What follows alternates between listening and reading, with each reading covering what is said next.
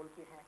ये दो गुट खत्म होने पर लगता है कि पाकिस्तान को भी ये लगेगा कि अब तुम्हारे लेफ्ट राइट हैंड दोनों टूट गए हैं। और अभी यदि हम अपने रणनीति से काम लें तो मैं ये कह रहा हूँ कि यही काफी है, लेकिन इसके बावजूद भी हमको उन पर भरोसा नहीं करना पड़ेगा और हम अपनी इंटेलिजेंस जो हमारी और हमारे बॉर्डर पर जितने भी हमारे सैनिक बिल्कुल कहते हैं कि तिरंगा की खातिर बिल्कुल तैयार अड़िग रहते हैं। और इसके बावजूद मैं एक बात और बताना चाहता हूँ, मैं एक भूतपूर्व सैनिक, लेकिन भूतपूर्व हम कभी होते नहीं हैं। आज पूरे देश के सैनिक जो सेवा से निवृत्त हो गए हैं वो हमेशा ये कह रहे हैं कि मोदी जी काश हमको भी आप सेना में दोबारा से वापस बुला जी। हमारे दिल के अंदर जब से इतना जोश आया हुआ है कि मैं कुछ बयान नहीं कर सकता। 25 साल की मेरी जो सर्विस है, जो मैंने देश का नमक खाया है, उस नमक को मैंने 2 बार ही, एक तो मैं अपने बारे में थोड़ा बताना चाहता हूँ, श्रीलंका में एनटीपी का, दूसरा कारगिल वार का।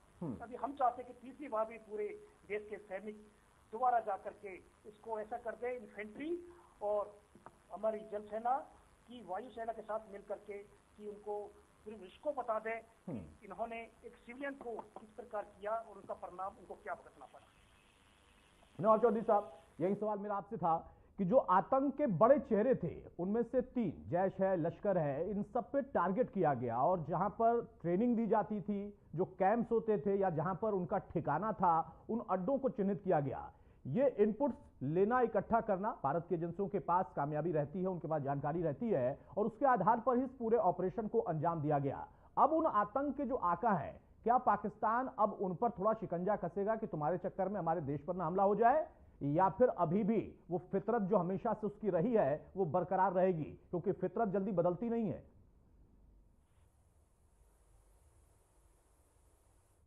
वो करना तो चाहिए और नहीं करेगा तो नवाब सर आ रहा हूं, सर जयचंद सर आ रहा हूं आपके पास। नवाब चौधरी साहब, आपसे सवाल था। मेरी आवाज आ रही है? जी जी आ रही है, बोलिए सर। एक बार दोबारा क्वेश्चन रिपीट करना जरा। सर मेरा सवाल ही था कि आपको लगता है, जैसा जयचंद सर कह रहे हैं कि फितरत जल्दी नहीं बदलती है, हमें आगे भी अलर्ट रहना पड़ेगा, और वहीं बात देखिए आतंकी अजहर मसूद ने कहा भी कि हम भी कुछ करेंगे, लेकिन चूंकि परिवार के लोग आज खोया तो उसे दर्द का एहसास हुआ कि किसी और के परिवार को उजाड़ने के बाद आंसू कैसे निकलते हैं। लेकिन फितरत में अभी भी शंका है कि फितरत बदलेगी। क्या पाकिस्तान इन बड़े आतंकी संगठनों, आतंकी जो सरगना है, उन पर फिलहाल शिकंजा कसता हुआ दिखेगा या अभी भी जो सरपरस्ती वो बरकरार रहेगी?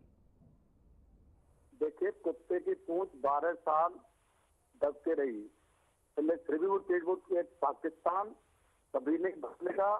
वो कुत्ते की पूंछ की तरह है, जब दबाव आता तो डूम हिलाना शुरू कर दे, दबाव हुआ तो फिर वो खत्म आ जाता है। तो मैं ये कहना चाहता हूँ, जो हमारे अभी मसूद अजहर को पता चला परिवार क्या चीज होती है, आज उसके परिवार के सदस्य खत्म हुए हैं, उसने ये तकलीफ नहीं देखा। हमारी बहनों को, हमारी माताओं को सिंदूर किस तरीके से उजाड़ा गया था, निहत्तों को एक ना राज्य पूछा ना जाति पूछी, केवल धर्म पूछ करके उन निर्लज्जों ने हमारे भाइयों को मौत की घाट उतारा था। आज प्रधानमंत्री जी ने ये ऑपरेशन सिंदूर रखा है, तो क्यों रखा है? ये केवल हमारी माता बहनों के सिंदूर की इज्जत के लिए। आज सच्ची श्रद्धांजलि हमारे माता बहनों के जो परिवार के सदस्य गए हैं, उनका कोई भाई गया है, किसी का पति गया है, किसी का बेटा गया है, तो उनको आज सच्ची श्रद्धांजलि देने का काम प्रधानमंत्री जी ने, भारत की सेना ने किया है। और हमारी भारत की सेना पाकिस्तान को किसी भी कीमत में छोड़ने के मूड में नहीं है। अगर पाकिस्तान अभी भी नहीं सुधरा तो ये कब्रिस्तान बनने के लिए जा रहा है। आप इस बात को नोट रख लेना। हमारा भारत वो 71 वाला भारत नहीं है, 2025 का भारत है, नया उभरा हुआ भारत है। किसी भी कीमत में घर में घुस के मारेगा। जिस तरीके से अभी तो एक छोटा सा ट्रेलर ही दिया है, इस पर तो बहुत बाकी है।